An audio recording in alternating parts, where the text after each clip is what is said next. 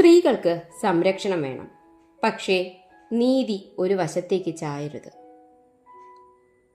ഒരു കാര്യം ആദ്യം തന്നെ പറയാം.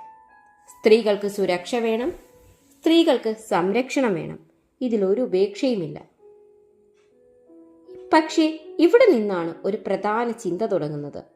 സംരക്ഷണം നീതിയായിരിക്കണോ, അല്ലെങ്കിൽ ആരുടെയെങ്കിലും ആയുധമാകണോ? ചരിത്രം നമ്മെ പഠിപ്പിക്കുന്നു, സ്ത്രീകൾ പീഡിപ്പിക്കപ്പെട്ടു, സ്ത്രീകൾ അടിച്ചമർത്തപ്പെട്ടു, സ്ത്രീകളുടെ ശബ്ദമില്ലാതെയാക്കി. അതുകൊണ്ട് തന്നെ സ്ത്രീകൾക്ക് പ്രത്യേക നിയമങ്ങൾ നിലവിൽ വന്നു, പ്രത്യേക സംരക്ഷണം, പ്രത്യേക ശ്രദ്ധ.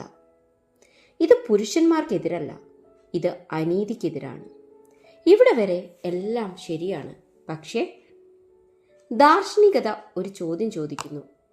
സംരക്ഷണം എന്ന പേരിൽ സത്യം അന്വേഷിക്കുന്നത് നിർത്തിയാൽ അത് അനീതിയാകുമോ?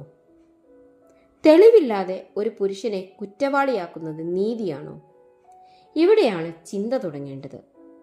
ഹിന്ദു ധർമ്മം പറയുന്നു, ധർമ്മം എന്നത് സത്യം, സമതുല്യ തത്വം, അനീതി ഏത് വശത്തു നിന്നായാലും പാപം എന്നതാണ്. ശിവശക്തി, അതായത് പുരുഷനും സ്ത്രീയും പൂരകങ്ങൾ.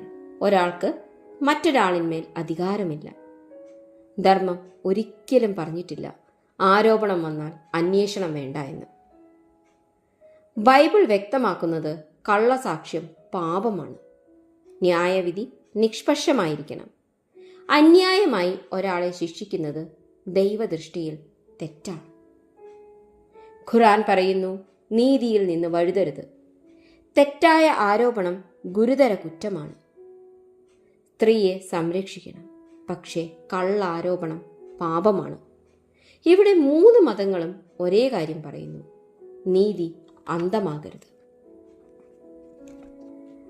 നിയമത്തിന്റെ ഉദ്ദേശം സംരക്ഷണം, നീതി, സത്യം. പക്ഷേ യാഥാർത്ഥ്യം എന്താണ്?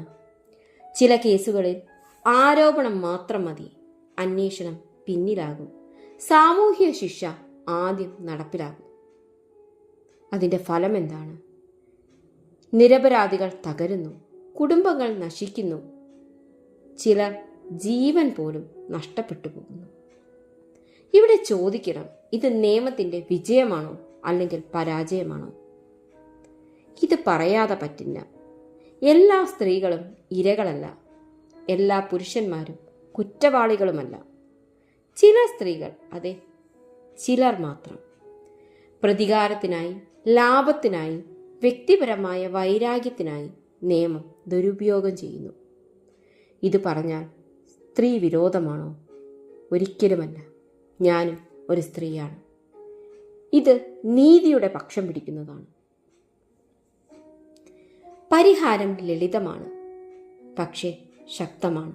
നമുക്ക് വേണ്ടത് ശക്തമായ സ്ത്രീ സംരക്ഷണം, വേഗത്തിലുള്ള നീതി, അതോടൊപ്പം നിർബന്ധമായ അന്വേഷണം, ഇരുവശത്തെയും കേൾക്കുന്ന സംവിധാനം, തെറ്റായ പരാതികൾക്കുള്ള ഉത്തരവാദിത്തം. നീതി ലിംഗം നോക്കരുത്, സത്യം മാത്രം നോക്കണം. സ്ത്രീകൾക്ക് സംരക്ഷണം വേണം, ഇത് സംശയമല്ല. പക്ഷേ ഓർക്കണം, നീതി ഒരു വശത്തേക്ക് ചായുമ്പോൾ അത് നീതിയല്ല. ഒരു നല്ല സമൂഹം എന്നത് സ്ത്രീകൾക്ക് ഭയമില്ലാത്തതും പുരുഷന്മാർക്ക് അന്യായ ഭയമില്ലാത്തതുമാണ്. സമതുല്യത നീതിയാണ്. അതാണ് യഥാർത്ഥ സുരക്ഷയും. നന്ദി.